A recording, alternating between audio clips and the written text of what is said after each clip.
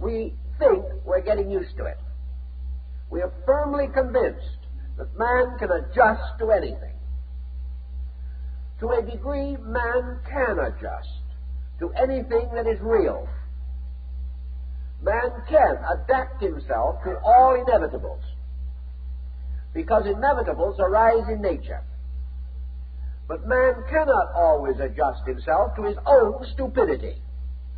This has no valid source in nature, and is merely an expression of his own ignorance. An individual who adjusts himself to ignorance will remain ignorant. To adjust ourselves to wrong leaves us where we were, producing no result that is of any tangible value to anyone. In then thinking about these problems, we turn and seek resources with which to meet them, to try to understand what constitutes a constructive, active, positive, idealistic pattern for life. How are we going to maintain it against so many difficulties? Well, one of the things we have to begin to estimate is the nature of difficulty.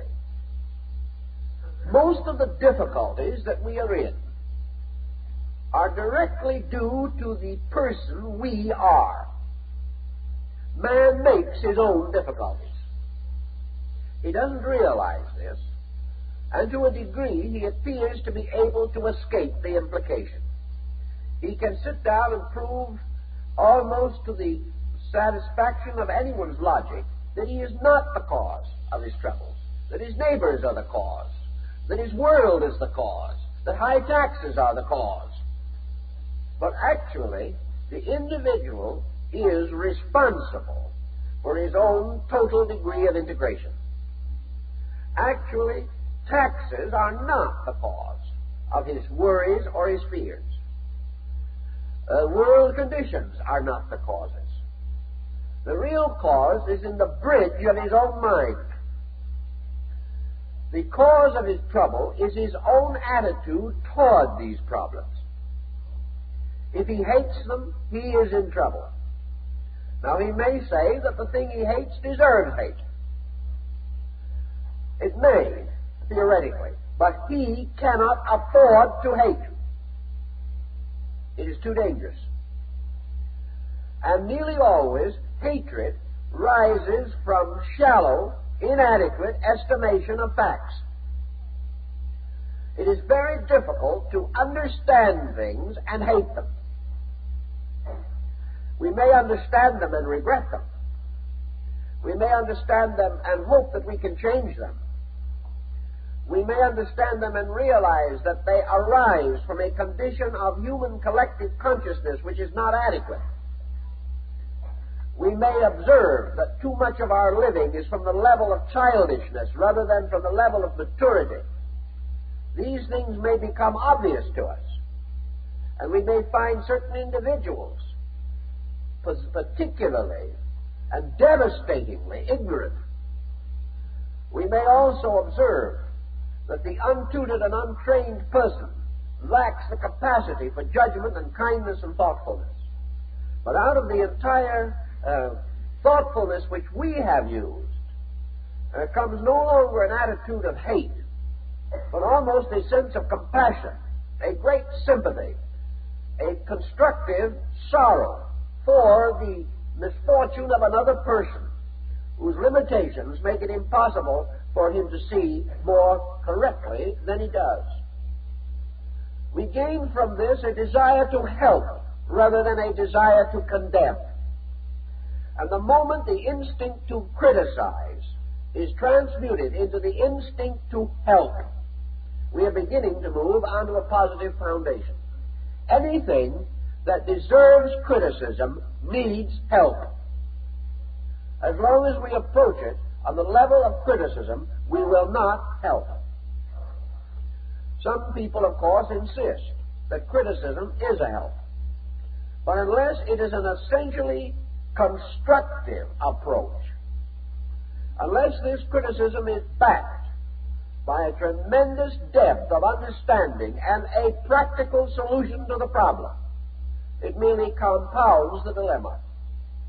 And to criticize things for which we have no solution cannot be regarded as a good vocational activity.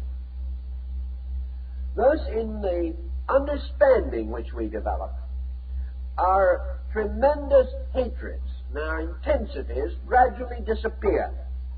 And in their places, we have a thoughtful, perhaps sadness, but most of all, a deep realization that behind and through things that appear to be wrong are motions which are essentially right and which will come to their own in due time.